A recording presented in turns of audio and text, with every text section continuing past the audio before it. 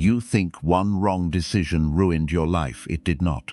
You think everything would be different if you had left that relationship sooner, chosen another career, saved more money, taken the opportunity, or spoken before it was too late. You look back and see the moment where everything appears to have gone wrong. Then you look at your life now, and the mind quietly says, "This is where you should have been." After 50, that voice can become difficult to ignore. You see someone your age succeeding and wonder why you are not where they are. You see an old photograph and remember the person you used to be. You think about the years you gave to the wrong people, the chances you were too afraid to take, and the words you can no longer take back. Then the mind delivers its favorite sentence. It is too late now, but that sentence is not wisdom. It is the first illusion you must break. The past is no longer making decisions for you. It is no longer choosing your relationships. It is no longer spending your money. It is no longer controlling your body, your habits, or the way you use this day. The past has already ended. But every time you replay it, compare it, judge it, and demand that it become different, you bring it back into the present. That is where the real suffering begins. Buddhism does not teach that your past was meaningless, does not say your mistakes had no consequences. It does not ask you to pretend that every loss was necessary or every painful experience was somehow good. It teaches something far more honest.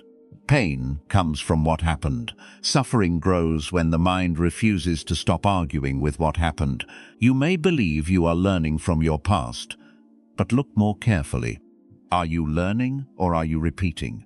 Learning gives you a clearer action today. Regret gives you the same punishment again.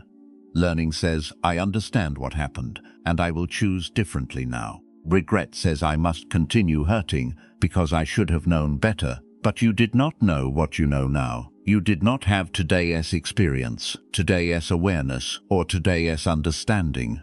You made decisions with the mind you had then, under the pressure you felt then, with the fears, the responsibilities, and the limitations that existed then. This does not make every decision right. But it does mean that judging your younger self with the knowledge you have today is not clarity, it is cruelty disguised as wisdom. And there is another truth the mind rarely admits. The life you believe you lost may never have existed. You imagine the career succeeding, but not the stress it might have created. You imagine the relationship working, but not the pain it might have brought. You imagine the road you did not take, but remove every risk, every disappointment, and every consequence from it. Then you compare that perfect imagined life with the real life you actually lived. Of course, your real life loses. It is being compared with a fantasy that never had to survive a single real day. The truth is not that you have no future after 50. The truth is that too much of your future may still be paying for your past. And rebuilding your life does not begin by correcting everything that happened. It begins by seeing clearly what regret has been doing to the life that is still here. Because your past may explain how you arrived at this moment, but it does not have the authority to decide what you do with the next one. You may believe regret proves that you have learned. It does not. Regret can feel responsible. It can feel like evidence that you finally understand what went wrong. You tell yourself, I think about it because I do not want to repeat it. But look more carefully. Has the thinking changed the way you live, or has it only changed the way you feel about yourself? There is a difference between remembering, reflecting, and regretting. Remembering means recognizing that something happened. Reflecting means discovering what it can teach you. Regretting means returning to the same moment and demanding that it become different. The event is over, but the argument continues. The relationship ended. Yet, the conversation is still happening in your mind. The opportunity passed, yet you continue standing at the same imaginary door. The money was lost, yet you keep calculating what your life would look like if it had remained. The words were spoken, yet every night you invent a better version of yourself, who says exactly the right thing. At first, this repetition feels useful. It feels as if you are searching for clarity. But if the same thought has returned for 10 years and has not created one clearer action, then you may not be learning. You may be rehearsing pain. Buddhism teaches that suffering grows when the mind clings to what cannot remain or resists what has already become true. The past has become true. You may dislike it. You may wish it had unfolded differently, but refusing to accept that it happened does not protect you from it. It forces you to experience it again. Think of a debt that has already been paid. The account should be closed, but every morning the same bill arrives. You open it, feel the same fear, and pay again, and still the balance never becomes smaller. This is what regret can become, a payment made again and again, because pain feels responsible. But pain is not responsibility. Responsibility must lead somewhere. It may lead to an apology, a boundary, a changed habit, a financial plan, a decision to stop repeating the same harm. Responsibility changes behavior. Regret repeats the sentence. That is why a person can suffer for 20 years and still remain trapped in the same pattern. They think constantly and punish themselves faithfully, but they do not act differently. The mind confuses emotional intensity with transformation. It says, because this hurts deeply, I must be learning deeply. But learning has evidence. If you learned that silence destroys trust, you begin speaking earlier. If you learned that fear delays important decisions, you stop waiting for perfect certainty. If you learn that neglect weakens the body, you begin caring for it consistently. If you learn that pride creates distance, you apologize before the distance becomes permanent. Wisdom appears in the life you are living now. It does not need to keep you imprisoned inside the moment when you knew less, and yet many people are afraid to release regret. They believe that if they stop feeling guilty, they are saying the past did not matter. They believe peace would be dishonest. They believe suffering is the price they must continue paying. To prove they are not careless, selfish or blind, but continuing to hurt yourself does not repair anyone else. It does not restore lost time. It does not rebuild trust. It does not bring back the person who is gone, and it does not make the younger version of you more aware. That person had the understanding they had. They acted through fear, conditioning, pressure, and the limitations of that moment. This does not make every decision acceptable. It means the past cannot be corrected. By attacking the person you are today, there is a more honest practice. Choose one regret, not every regret, just one. Then ask, what did this teach me? Do not answer with an insult. I was stupid is not a lesson. I ruin everything is not a lesson. I should have known is not a lesson. A lesson must guide action. Perhaps the lesson is, I ignored what I knew because I was afraid of being alone, or I delayed the decision because I wanted certainty life could not give me, or I confused providing money with being emotionally present, or I stayed silent because pride felt safer than vulnerability. Now ask, what can I still do? Maybe you can apologize, change the habit, tell the truth, set the boundary. Stop repeating the pattern, and sometimes nothing can be repaired directly. The person may be gone, the relationship may be over, the opportunity may never return. Then the practice changes. You do not repair the event, you repair the way the event continues through you. You become more present, more willing to act, before fear becomes another lost year. But here is what regret never tells you. Suffering longer does not make you more responsible.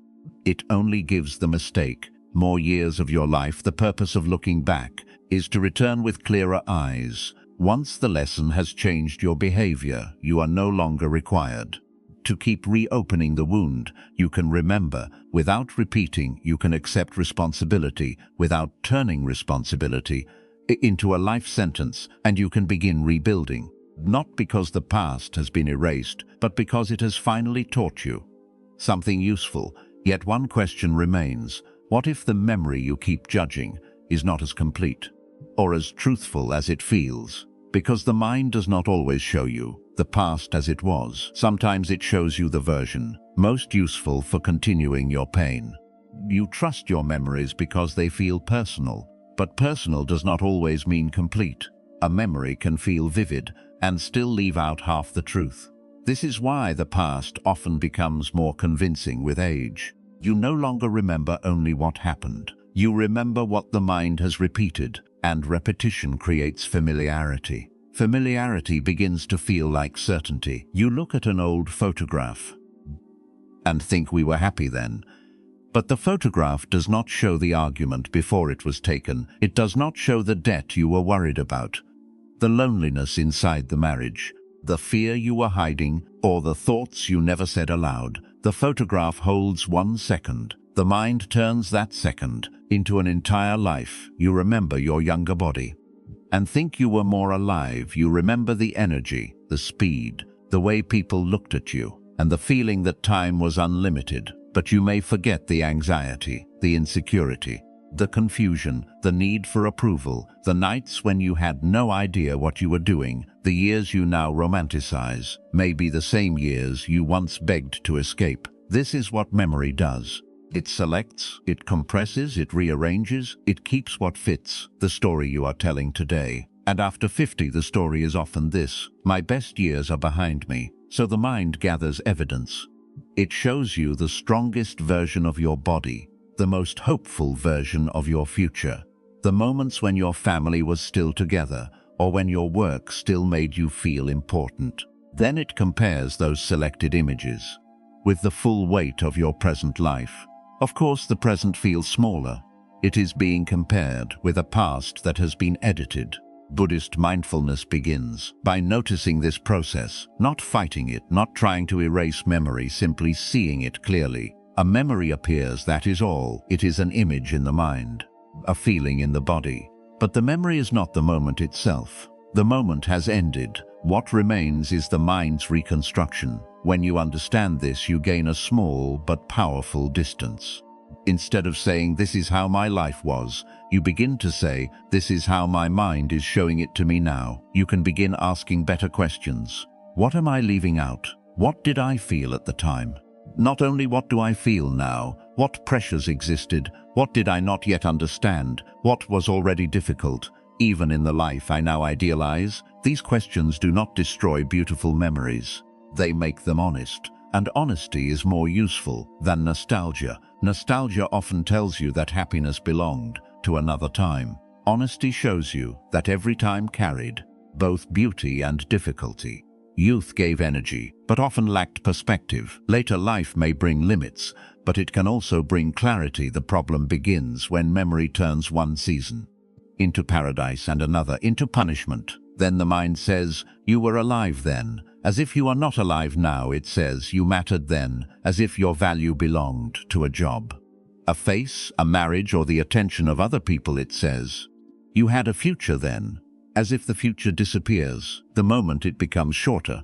But a shorter future is still a future, and a quieter life is still a life. This is where the mind deceives you. It does not always show you the past as it was. It shows you the version most useful for continuing today as pain. If you feel lonely now, the past becomes crowded. If you feel uncertain now, the past becomes stable. If you feel invisible now, the past becomes a time when everyone noticed you. If you feel disappointed now, the past becomes a place where every choice still seemed possible. The memory changes according to the wound. When the present feels empty, memory becomes unusually generous. It offers a polished past, then quietly suggests that nothing living today could ever fully equal it again. You are not opening a perfect record, you are entering a living story, one that changes depending on what you fear and what you are trying to explain. So when a memory hurts, do not immediately believe the conclusion attached to it. Pause. Notice what is happening in the body, the tightness in the chest, the heaviness in the stomach, the sudden drop in energy. Then say quietly, "A memory is here." Not "My life is over." Not "I lost everything." Not "I will never be that person again." Just a memory is here. The memory may contain truth, but it is not the whole truth, and it is certainly not a command you do not have to obey. Every conclusion it brings, you do not have to compare today with a single polished image from 20 years ago. You do not have to turn one photograph, one song, or one conversation into proof that your life has been declining ever since. You can let the memory rise, you can let it be felt, and you can let it pass without asking it to define the present. The past does not need to be made smaller. The present needs to be seen more clearly, and once you see memory for what it is, another illusion becomes easier to recognize. The mind does not only edit the life you lived, it also creates a perfect version of the life you never chose, a life with every reward and none of the consequences, and that imagined life may be the most convincing lie regret ever tells. You are not only regretting what happened, you are grieving a life that never had to face reality, a life in which you chose the right person, accepted the right opportunity, left at the right moment, saved enough money, and understood everything before it was too late. In that imagined life, your courage appeared exactly when you needed it. The people you trusted never disappointed you. Your body remained strong. Your family stayed close. Your work continued to matter, and every decision led exactly where you hoped it would lead. But that life was never lived. It was never tested. It never had to survive illness, conflict, financial pressure, betrayal, exhaustion, or the unpredictable nature of other people. It exists only in the mind, where consequences can be removed, and every road not taken can be made beautiful. Perhaps you still think about someone you did not marry. You remember their kindness, their voice, the way they once looked at you. You imagine the home you might have shared, the conversations you might have had, and the warmth you believe would still be there today. But you do not know who that person would have become. You do not know who you would have become beside them. You do not know what pressures would have entered that relationship, or what unhealed wounds both of you would have carried into it. The mind shows you the wedding, but not the arguments. It shows you companionship, but not the possible loneliness. It shows you the beginning, then quietly invents the ending. Perhaps you think about a career you did not choose. You imagine greater income, more respect, and a stronger sense of purpose. But the mind does not show you the years of uncertainty. It does not show you the stress, the debt, the health problems, the missed time with family, or the possibility that success would have demanded more than you were willing to give. The road not taken has one unfair advantage. It was never tested by a single real day. That is why it appears so clean. Nothing went wrong there, because nothing ever happened there. And yet you compare that imagined life with the real life you actually lived. A life that contains mistakes, loss, ordinary days, disappointment, compromise, and consequences. Of course, the imagined life appears better. Fantasy is being compared with evidence. The fantasy receives every reward and pays none of the cost. This is not a fair comparison. But the mind repeats it so often that it begins to feel like truth. It says, if I had chosen differently, I would not feel this way now. But how do you know? You may have avoided one pain and entered another. You may have gained money and lost time. You may have kept a relationship and slowly lost yourself. You may have followed the opportunity, only to discover that what you wanted was not what you needed. Buddhism does not ask you to believe that every path leads to the same place. Some decisions do create greater suffering. Some opportunities are genuinely lost. Some choices have consequences that cannot be undone, but Buddhist practice asks you to stop turning uncertainty into certainty. Only when certainty can be used against you. You do not know that the other road would have saved you. You only know that this road has been difficult. Those are not the same thing. The mind wants a simple explanation for present pain, wants one moment to blame, one person, one decision, one door that should have been opened. Because if everything went wrong at one point, then the suffering feels understandable. But life is rarely created by one moment alone. It is shaped by thousands of conditions. What you knew, what you feared, who was beside you, what resources you had, what responsibilities you carried, what wounds you had not yet recognized, and what the world around you allowed. You did not make your decisions from the knowledge you have today. You made them from within those conditions. That does not remove responsibility. It brings honesty back into the picture when the mind says, my life would have been perfect if I had chosen differently. Pause. Do not argue. Do not force yourself to believe the opposite. Simply say, I do not know what that life would have required from me. Say it slowly, because it is true. You do not know what it would have cost. You do not know what it would have protected. You do not know what it would have destroyed. You do not know what kind of person would be standing here today. This uncertainty is not weakness. It is clarity. The imagined life always defeats the real one, because imagination never has to pay rent, lose sleep, face illness, bury someone it loves, or survive disappointment. Once you understand this, you no longer have to prove that your path was the best possible path. You only have to stop worshipping a path that never existed outside your mind. You can admit that you wish. Some things had been different. You can mourn what was lost. You can learn from what happened. But you do not need to create an imaginary paradise and use it to punish the life that is still here.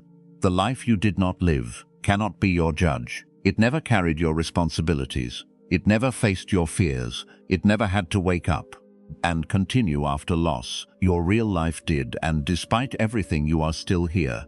But when the fantasy begins to fade, another pain often remains. You stop saying, "I chose the wrong path," and begin saying, "I am the kind of person who always chooses wrong." That is where regret becomes more dangerous, because a mistake is no longer something you made. It becomes who you believe you are. One of the most destructive things you can do after 50 is turn an old action into a permanent identity. You made a financial mistake, so you call yourself irresponsible. You stayed in the wrong relationship, so you call yourself weak. You trusted someone who betrayed you, so you call yourself foolish. You failed to speak when it mattered, so you call yourself cowardly. You lost an opportunity, so you call yourself a failure. Notice what happened. The action ended, but the label remained, and once the label is accepted, the mind begins collecting evidence to protect it. A new plan becomes difficult, and you say, "Of course, I never finish anything." Someone becomes distant, and you say, "People always leave me." You make one poor decision, and the mind says, "Nothing has changed. This is who you are." The past is no longer only something you remember. It becomes a definition. There is an important difference between responsibility and shame. Responsibility says, "I did something that caused harm." Shame says, "I am the harm." Responsibility looks at the action. Shame condemns the entire person. Responsibility asks, "What can I repair?" Shame says, "You do not deserve to repair anything." Responsibility creates movement. Shame creates paralysis. Perhaps you were not present for your children when they needed you. You worked constantly. You believed providing money was the same as being emotionally available. Now they are older, and the relationship feels distant. Responsibility does not say, "It was not my fault." It says, "My absence affected them. I can see that now." Then it asks, "What can I do from here?" Perhaps you can apologize, not to force forgiveness, not to make them remove your guilt, not to make yourself feel like a good parent again. You apologize because truth deserves to be spoken. You listen if they are willing to speak. You accept that trust may return slowly or may never return in the form you want. And you begin practicing presence now. Shame does something different. Shame says, "I was a terrible parent." There is no point trying. Then it uses self-hatred to avoid the discomfort of real repair. This is one of the ways shame hides. It appears moral, it appears humble, but sometimes it keeps the attention centered on you. How bad you are, how guilty you feel, how much you suffer. Meanwhile, the person who was hurt may still be waiting, not for your suffering, but for your honesty. Buddhist compassion is often misunderstood. Compassion does not mean pretending that no harm occurred. It does not erase consequences. It does not require other people to trust you again. Compassion means seeing suffering clearly, without adding suffering that serves no useful purpose. That includes the suffering you create by turning yourself into a permanent enemy. You can hold two truths at the same time. You may have caused pain, and you may still be capable of becoming someone who causes less pain. You may have acted from fear, and you may now be capable of recognizing fear before it controls you. You may have been emotionally absent, and you may now practice being present. This is not excusing the past, it is refusing to repeat it. Think of a wound that has become a scar. The scar does not say, Nothing happened, it carries the evidence, but the scar does not need to be cut open each morning to prove the wound was real. Healing does not erase the event, it stops recreating the injury, yet many people reopen the same wound. Because they fear healing would be dishonest. They believe if I stop hating myself, I will become careless. But self-hatred does not make people more aware. Often it makes them defensive and afraid to look directly at what they did. A mind under constant attack does not become wiser. It becomes focused on survival. The real turning point is quieter than you expect. It begins when you stop asking, do I deserve another chance, and begin asking, how would a person who uses another chance well act today? That question changes the direction. It takes attention away from worthiness and places it on practice. Choose one mistake. Say clearly what happened. Do not exaggerate it. Do not minimize it. Do not turn it into a story about your entire life. Then ask, what part belongs to me? What did you choose? What did you avoid? Who was affected? What can still be repaired? And what must now be accepted? Because it cannot be undone, then ask one more question. What behavior would prove that I have truly learned? The answer must be specific, not, I will become better. Better is too vague. Perhaps the answer is, I will speak before resentment becomes silence, or I will stop making financial decisions when I am afraid, or I will listen without defending myself, or I will ask for help before the situation becomes a crisis. These are lessons. I am stupid is not a lesson. I ruin everything is not a lesson. I should have known is not a lesson. Those are punishments, and punishment without transformation is only repetition. You made a mistake, perhaps many mistakes, but you are not the mistake. You are the awareness that can now see the pattern. You are the ability to interrupt it. You are the choice that is still available in this moment.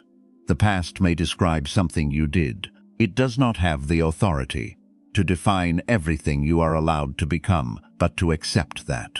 You must release another attachment. The attachment to the identity you have been carrying for years.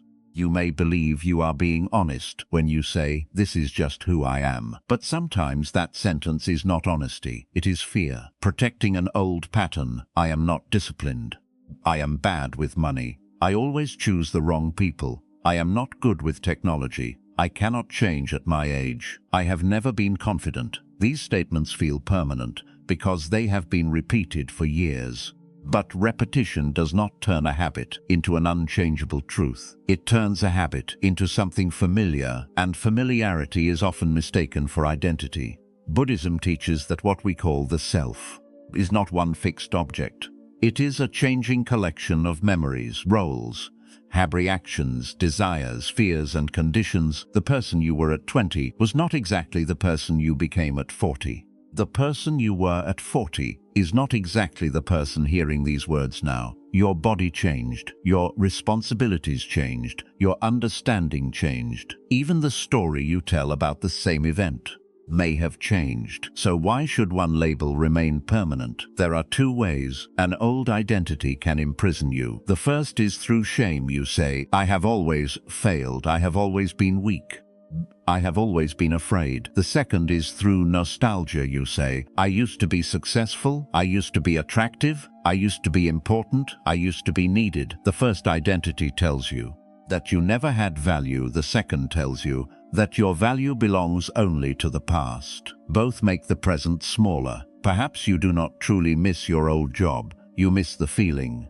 that people needed your decisions. Perhaps you do not only miss your younger body, you miss the way people noticed you. Perhaps you do not only miss the years when your children were small. You miss being the center of their world. Perhaps you do not only miss your marriage, you miss the identity of being part of a complete family. The form changed, and the mind concluded that your value disappeared with it. But a role is not the whole person. A role is one way life expressed itself for a period of time. Parent, partner, provider, caretaker, the strong one. Every role eventually changes. Children grow, workplaces move on, bodies age, relationships end. People who depended on you learn to stand alone. This is not proof that you have become unnecessary. It is proof that forms are impermanent. The problem begins when you demand that a temporary role continue providing permanent identity. Imagine wearing a coat that fit you perfectly 25 years ago. It protected you. It belonged to an important season. But now the coat is too small. It limits your movement. You cannot breathe comfortably inside it. Do you need to hate the coat? No. Do you need to deny that it once served you? No. You simply stop wearing it. Not because it was worthless, but because it no longer fits the life you are living. Your old identity may be like that coat, may have helped you survive. Perhaps being emotionally guarded, protected you in a difficult family. Perhaps controlling everything helped you create stability during chaos. Perhaps working constantly helped you escape poverty. Those patterns may have had a purpose, but a pattern that once protected you can later imprison you. The question is not, was this identity ever useful? The question is it still useful now? You are not betraying your past by becoming someone your younger self would not recognize. You are allowing experience to change you. Sit quietly and complete these sentences. I used to live as someone who, be honest perhaps, someone who avoided conflict, someone who needed approval, someone who believed rest was laziness, someone who stayed silent to keep people close. Then say that identity taught me. Find the lesson, not the insult. Then say I no longer need this identity to prove that I am safe, valuable, or worthy. Finally, I am now practicing becoming someone who speaks clearly, someone who asks for help, someone who can disappoint others without abandoning themselves. Notice the word practicing. You do not declare a new identity and expect the mind to change immediately. You practice it. You create evidence. You repeat the new response until it becomes more familiar than the old one. This is how identity changes. Not through one dramatic statement, not through pretending the past never happened. Identity changes when your daily behavior stops confirming the old story. You may still hear the old voice. It may say, you are not that kind of person. Do not argue with it. Do not wait for it to disappear. Let the voice speak. Then act differently. Speak when you would normally remain silent. Rest when you would normally punish yourself. Ask for help when pride tells you to hide. Say no when fear tells you to agree. Each new action weakens the old definition quietly, repeatedly, and this is what must change now. You must stop treating an old version of yourself as the only version you are allowed to become. The past may remain part of your story, but it cannot remain the permanent definition of your character. You are not required to spend the rest of your life protecting an identity that was built under conditions that no longer exist. You can thank it for how it helped you survive, then let it become a former chapter. But even after the old identity begins to loosen, you may still feel trapped, because part of you is waiting for someone to apologize, waiting for someone to explain, waiting for the past itself to finally admit what it did to you. Some people do not remain trapped because they cannot forgive. They remain trapped because they are waiting for an ending that may never come. You may be waiting for someone to admit that they hurt you. You may be waiting for a former partner to finally understand what they did. You may be waiting for your children to recognize everything you sacrificed. You may be waiting for a parent to say the words you needed decades ago. You may be waiting for an explanation for why someone left, lied, betrayed you, or treated your love as if it had no value. The mind says, when I receive the answer, then I will be free. When they apologize, then I can let go. When they finally understand, then the story will be complete. But what if the answer never comes? What if the person does not understand? What if they remember the past differently? What if they are unwilling to take responsibility? What if they are no longer alive? How many more years will you ask your life to wait? This is painful to accept. The person who wounded you may not be capable of becoming the person who gives you closure. They may lack awareness. They may protect themselves through denial. They may never see the event through your experience. And even if they apologize, the apology may not contain the words you imagined.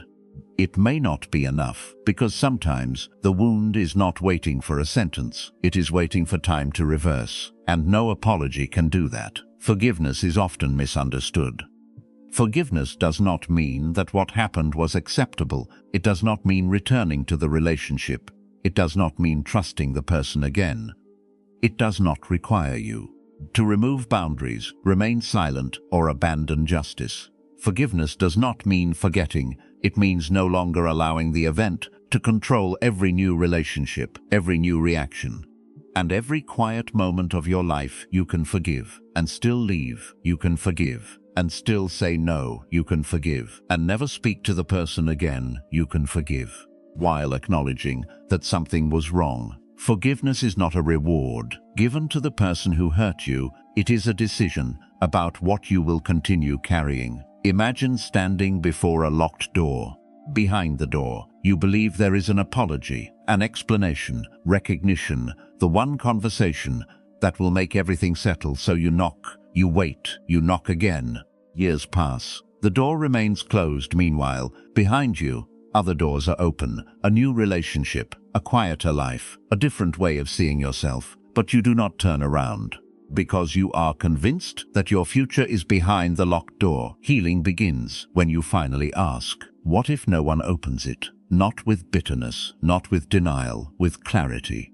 Perhaps closure is not receiving the answer. Perhaps closure is deciding that the unanswered question will no longer organize your life. Ask yourself, who am I still waiting for? What do I need them to say? Are they realistically capable of saying it? And if they never do, what part of my life am I refusing to live? These questions may create sadness. Let the sadness be there. Grief is not failure. Sometimes grief is what remains after the fantasy of a perfect ending disappears. You can grieve the apology you never received, the parent who could not love you in the way you needed, the partner who never understood, the friend who chose silence, the years that cannot be returned. But grief and waiting are not the same. Grief moves, it rises, it softens, it changes shape. Waiting keeps the same demand alive. It says, I cannot move until someone else becomes different. That gives another person authority over years they may never even think about. Buddhist non-attachment does not ask you to become cold. It asks you to release the demand that another person must change. Before you are allowed to be free, you can acknowledge the harm. You can protect yourself. You can maintain distance. You can seek justice where appropriate. And still, you can decide that your inner life will no longer be organized around their failure to understand. Sometimes healing begins when you stop asking the person who wounded you to become the person responsible for your recovery. This may feel unfair. Why should you do the work when they caused the pain? Because the work is not for them. It is for the life that still belongs to you. You are not releasing them from consequence. You are releasing yourself from endless dependence on their awareness.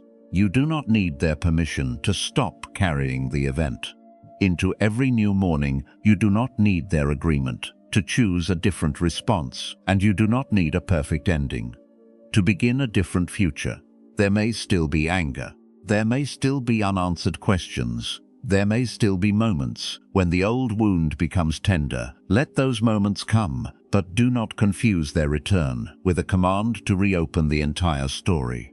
A feeling can rise without becoming your direction. A memory can return without becoming your home. An unanswered question can remain without becoming the center of your life. This is what letting go begins to look like. Not forgetting, not approving, not pretending, simply refusing to remain emotionally tied to a door that may never open. And once you stop waiting, something unexpected appears. Space, the energy once spent replaying conversations, imagining apologies, and preparing arguments becomes available again. But that space must be used carefully, because if you do not build something new, the mind will return to the old locked door. You do not need a dramatic reinvention. You need one small promise that proves your life is moving forward again. Understanding why you suffer is important, but understanding without practice can become another form of delay. You can understand regret. You can understand attachment. You can understand why the past keeps returning. You can explain every wound, name every pattern, and describe every mistake. But if your daily actions remain the same, your life remains the same. Insight opens the door. Practice walks through it. This is where many people become stuck. They hear something that feels true. They make a promise for a few hours, perhaps a few days. They feel different. Then the emotion fades. The old routine returns. The body remains neglected. The difficult conversation remains avoided. The finances remain unclear. The phone continues consuming the evening. And the person says, "Maybe I was never serious." But the problem was not sincerity. The problem was expecting emotion to do the work of repetition. After 50, there is often a powerful desire to make up for lost time. You think, "I must change everything now," so you create a plan that requires a new body, a new personality, unlimited energy, and perfect discipline. You decide to exercise every day. Change your diet, repair every relationship, learn a new skill, save more money, meditate, read, and rebuild your entire life. All at once, for a few days, the intensity feels powerful. Then the body becomes tired, the schedule becomes difficult. One day is missed, then two, and the mind says, "There it is, proof that I cannot change." But this is not transformation. It is punishment, disguised as ambition. Buddhist practice speaks of right effort. Right effort is not laziness, but it is also not violence against your own limits. It is balanced, steady and intentional. It does not ask, "How much can I force today?" It asks, "What useful action can I continue tomorrow?" You do not rebuild trust in yourself through one dramatic decision. You rebuild it through small promises that you keep. Perhaps the first promise is a 20-minute walk each morning, not because walking will solve your entire life, but because every time you do what you said you would do, you create new evidence, evidence that your word still has value. Perhaps the promise is looking honestly at your finances once a week, not to shame yourself, not to recover every lost year, but to stop allowing fear to make decisions in the dark. Perhaps the promise is calling someone you love without waiting for the perfect mood.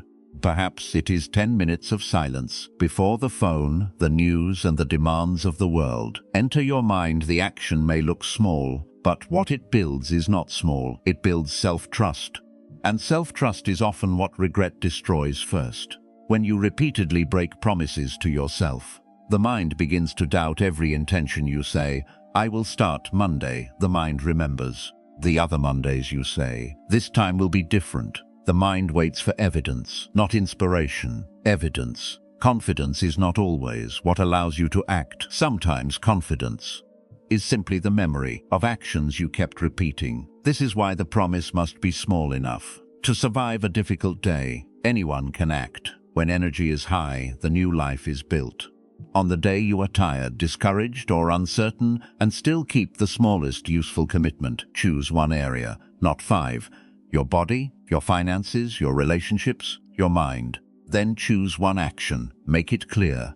Not "I will become healthy," say, "I will walk for 20 minutes after breakfast." Not "I will fix my money," say, "I will review every expense on Sunday morning." Not "I will become more spiritual," say, "I will sit in silence for 10 minutes before bed."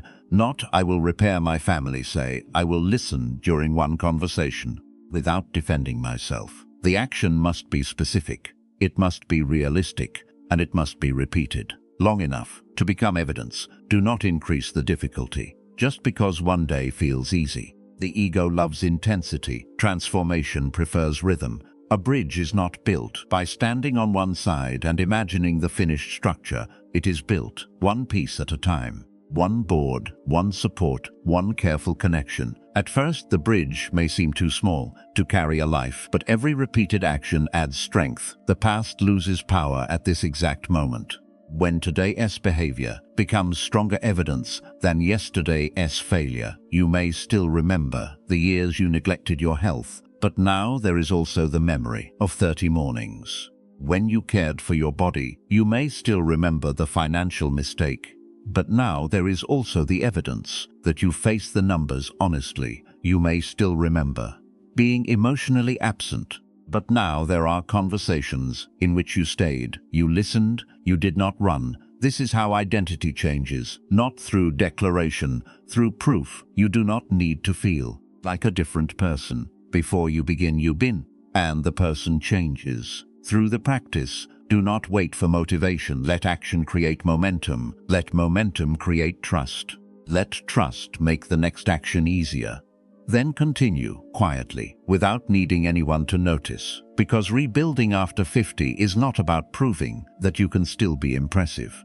It is about proving to yourself that your life can still move, but action alone is not enough. If you do not understand the patterns that created the past, you may rebuild new circumstances. With the same old mind, the next step is not forgetting what happened. It is turning pain into instructions. You cannot recover the years that hurt you, but you can refuse to let those years teach you nothing. This is the difference between experience, regret, and wisdom. Experience is what happened. Regret is the pain. You continue replaying. Wisdom is the way. Your choices become different because of what you learned. Many people have years of experience, but very little wisdom. Not because they are unintelligent, because they keep repeating the story without extracting the instruction. They say, I was betrayed, but never ask, what did I repeatedly ignore? Before the betrayal became undeniable, they say, I lost money, but never ask what fear, greed, or need for approval influenced the decision. They say, my family became distant, but never ask, what did I avoid when connection was still possible? Pain by itself does not become wisdom. Time by itself does not create awareness. Some people repeat the same pattern for decades because they remember the event but never study the conditions that produced it. Perhaps you trusted someone who repeatedly showed you that their words and actions did not match. The lesson is not, never trust anyone again. That is fear protecting itself with a rule. A wiser lesson may be, I will no longer ignore behavior because I am attached to someone else's potential. Perhaps you lost money while trying to recover from another loss. The lesson is not, I am foolish. The lesson may be, I will not make large decisions while shame is demanding that I prove my value. Perhaps you stayed in a painful relationship because loneliness frightened you. The lesson is not, I am weak. The lesson may be, I must learn to tolerate temporary loneliness rather than accept permanent disrespect. Perhaps you worked constantly and lost closeness with the people you loved. The lesson is not, I destroyed everything. The lesson may be, providing is not the same as being emotionally present. The mind often says, I should have known. But that sentence is unfair. The person you were then did not possess the experience that only the event itself was able to teach. You know now, because you lived through it. The useful sentence is not, I should have known. It is, now I know what to notice. That sentence faces forward. It turns memory into awareness. In Buddhism, karma is often misunderstood as punishment from the past, but karma also points to action, and the way action creates continuation. A repeated choice becomes a tendency becomes a habit shapes how you respond, and the way you respond today helps create the conditions of tomorrow. The past influences you, but influence is not the same as command. A difficult childhood may have taught you to avoid conflict, but today you can practice speaking clearly. A betrayal may have taught you to expect abandonment, but today you can learn to observe without accusing every new person of an old crime. A financial loss may have created fear, but today you can build a calmer relationship with planning, risk, and patience. This is how old patterns stop repeating blindly, not by denying what shaped you, by becoming conscious of what you are continuing. Imagine an old chain made from heavy metal. For years you carried it as proof of what happened. Then one day, the metal is heated, reshaped, and made into a compass. The material remains, the history remains, but its function changes. What once kept you in place now helps you find direction. Your pain can become like that. It does not need to be called a gift. Some losses are simply losses. Some experiences were unnecessary, unfair, or deeply harmful. You do not need to romanticize them, but you can refuse to let the pain remain useless. Choose one regret, then ask, what pattern did this reveal? Did you ignore your own needs? Did you wait for certainty? Did pride keep you silent? Did fear make you stay? Did the need for approval make you abandon yourself? Then ask, what is the earliest sign that this pattern is returning? Perhaps it is tension in the body. Perhaps it is the urge to make a decision quickly. Perhaps it is silence. Perhaps it is the need to convince everyone. Perhaps it is the thought, if I say no, they will leave. Learn the early sign. Do not wait until the pattern becomes another crisis. Then ask, what will I do differently? When the sign appears, the answer must be clear. Pause before agreeing. Sleep before deciding. Ask one honest question. Speak before resentment grows. Leave when the boundary is repeatedly ignored. Call for help before fear becomes isolation. This is wisdom, not a beautiful explanation of why you suffered. A different response when life presents a familiar choice. Wisdom is not the ability to describe your wound in perfect language. Wisdom is refusing to create the same suffering in another form. Your past has already taken time. Do not give it more time by refusing to use what it taught you. Let the loss sharpen your attention. Let the mistake deepen your honesty. Let the regret become a warning instead of a home. Then the past changes its role. It no longer stands behind you like a judge. It stands beside you like a teacher whose lesson has finally been understood. But even wisdom needs direction.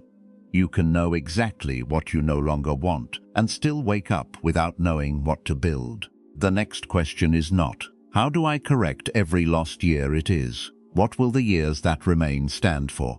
You may be waiting to discover your purpose, but purpose often appears only after you begin living in a chosen direction. When you were younger, life may have provided structure.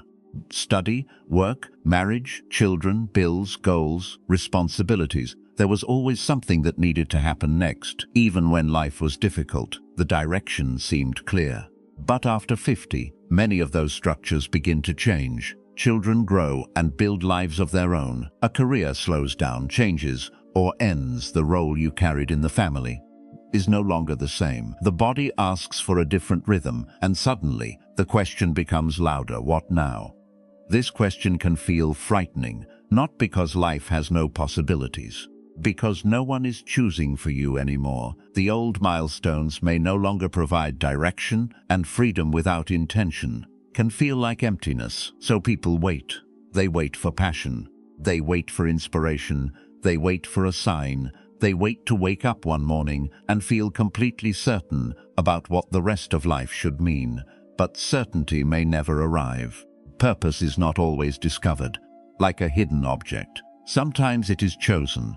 Through repeated action, you choose a direction, you live inside it, and meaning grows because you continue. Purpose does not need to be dramatic. It does not need to impress anyone. It does not require a new company, a public achievement, or a life that looks extraordinary from the outside. Purpose may be caring for your body so you can remain independent. It may be becoming a calm presence inside your family. It may be guiding someone younger through a difficulty you once faced alone. It may be serving your community, repairing one relationship that still has room to heal, deepening your spiritual practice, creating something useful, or simply living in a way that creates less suffering for yourself and the people around you.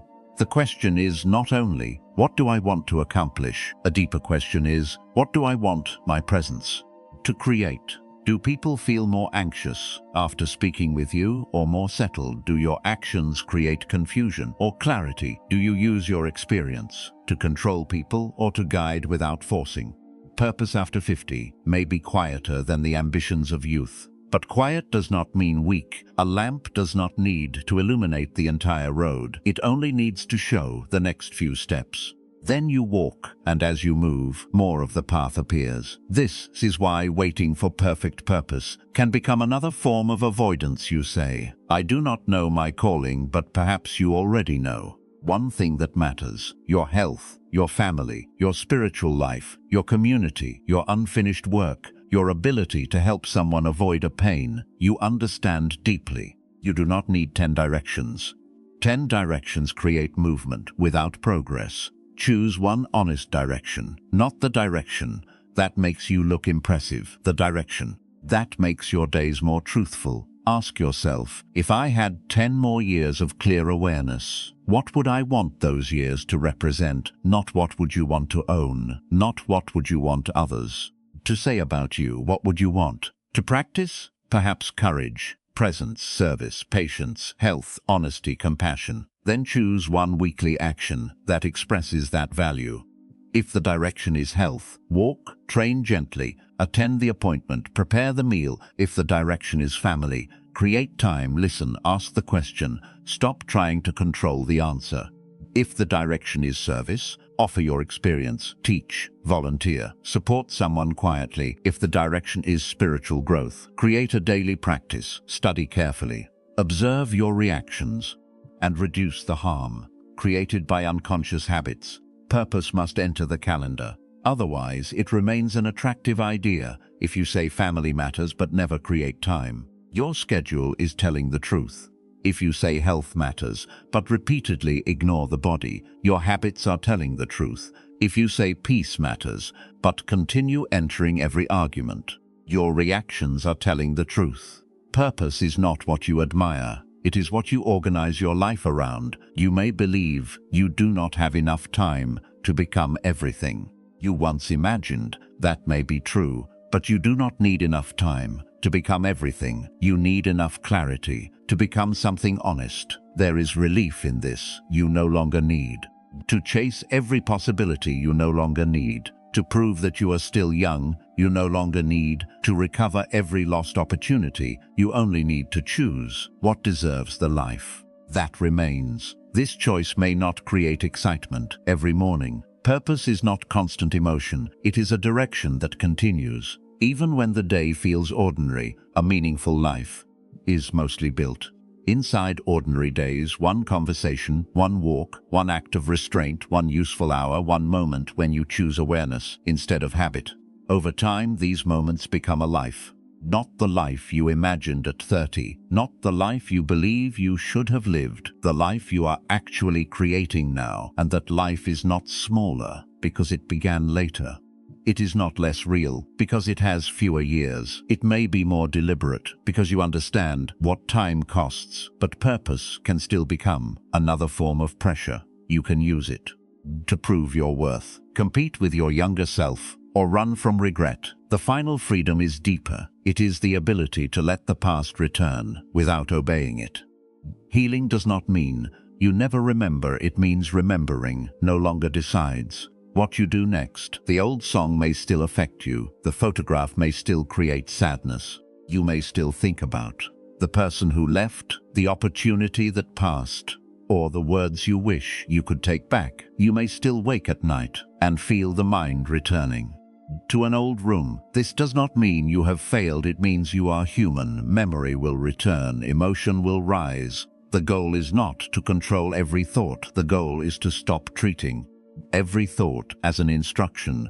For years, a memory may have appeared and immediately controlled the day. You remembered the betrayal and became suspicious of the person in front of you. You remembered the financial loss and avoided every new opportunity. You remembered being rejected and remained silent when you needed to speak. You remembered an old failure and abandoned the new effort. Before it had time to grow, the past entered the mind, then moved directly into the hands, the voice, and the choices. This is what changes a memory appears. You notice it. The body reacts. You breathe. You do not deny the feeling. You do not call it weakness, but you also do not surrender the next action. This space between memory and behavior is freedom. Not a dramatic feeling, a pause, a moment of awareness, a choice that does not repeat the old pattern. Buddhist mindfulness does not promise that the mind will become empty.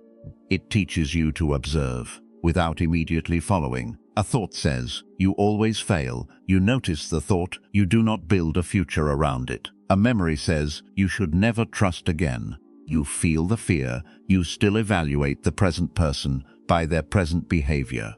Regret says, it is too late. You hear the sentence. You keep the promise you made for today.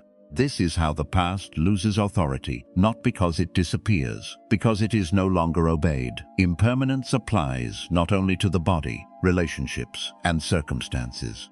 It also applies to feelings. A wave of sadness rises, then changes. A memory becomes intense, then softens. A thought appears, then passes if you do not continue feeding it. The mind may say, "This feeling will remain forever," but no feeling has remained unchanged forever. You do not need to prevent the wind from touching the lake. The lake does not fail. Because waves appear, the wind moves, the surface changes. Then when the conditions settle, the water becomes still again. Your peace can be like that, not permanent stillness. The ability to return. You may be disturbed. Without being destroyed, you may feel regret. Without making regret your identity, you may feel grief. Without turning grief into the conclusion that life is over, you may remember without living there. This is a more honest measure of rebuilding. Not whether the past has vanished, not whether you feel calm every moment, not whether every relationship has been repaired, not whether you have forgiven perfectly, but whether the past can enter your mind without taking the present away. Can you see someone your age succeeding without turning their life into evidence against yours? Can you hear an old song without losing the entire evening? Can you admit a mistake without attacking everything you are? Can you apologize without demanding forgiveness? Can you feel fear and still complete the useful action? Can you remember the old identity without putting it on again? These are signs of freedom. Quiet signs, the kind no one may applaud, but they change your life. The clearest sign that your life has been rebuilt is not that the past disappears, it is that the past can enter your mind without taking control of your hands, your voice, your relationships, or the day in front of you. You no longer need to win an argument with memory. You no longer need to prove that every decision was understandable. You no longer need to make the past small so the present can matter. Both can exist. The past happened and today is still here. One does not need to erase the other. This is where regret becomes wisdom. The memory returns, but instead of punishment, it creates awareness. The pain returns, but instead of control, it creates compassion. The old fear returns, but instead of obedience, it meets a new choice that is transformation. Not becoming someone who has no wounds, becoming someone whose wounds no longer make every decision. You may still have difficult mornings. You may still become tired. Some days, the old voice may be louder. On those days, do not declare that nothing changed. Return to the practice. Name the memory. Feel the body. Remember the lesson. Keep the smallest promise, then continue. One step, one breath, one choice. You are not trying to become free from having a past. You are becoming free from living as if the past is still happening. And when that freedom grows, you realize something important. You do not need a different past. You need a different relationship with the one you have. The old courtroom may still appear. The evidence may still be there. The mind may still invite you to enter. Repeat the argument and hear the same judgment again. But you do not have to go inside every time the door opens. You can notice the invitation, remember who you are now, and keep walking. You thought one wrong decision ruined your life. Perhaps it changed your life. Perhaps it created consequences you still carry. Perhaps it closed a door that will never open again. But it did not remove every choice that remained. The past may explain why certain wounds exist. It may explain why trust is difficult, why fear appears, or why some mornings feel heavier than others. But explanation is not authority. A memory is not a command. A mistake is not an identity. A lost opportunity is not proof that every opportunity is gone. You do not need to prove that your past was acceptable. You do not need to call every loss necessary. You do not need to pretend the pain made you grateful. You only need to stop giving the past the power to decide the life that remains. Perhaps you have been carrying it like a stone. At first you picked it up because the pain needed to be remembered. Then you carried it because guilt felt responsible. Then you became so familiar with its weight that you forgot your hand could open. Putting the stone down does not change the road you already walked. It does not deny the weight. It does not say, "The stone never hurt you." It simply means you will not carry it into the next step. The past may still appear. Let it appear. Listen for the lesson. Reject the punishment. Repair what can still be repaired. Accept what cannot be changed. Then return to the life in front of you. You still have a body that can be cared for, a mind that can be trained, words that can be spoken honestly, habits that can be changed, love that can be offered, without control, and time that can still be used. With awareness, maybe the years ahead are fewer than the years behind. That is not a reason to give the past more of them. It is a reason to become more deliberate with each one. You do not need to rebuild everything today. Keep one promise, tell one truth, release one demand, take one honest step, then repeat it tomorrow. Your life is not rebuilt in one dramatic moment.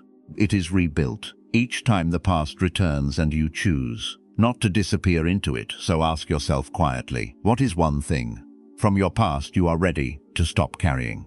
Let the answer come without forcing it. Then remember this: your past may explain how you arrived here. It cannot decide where you go next. You are still breathing, you are still choosing.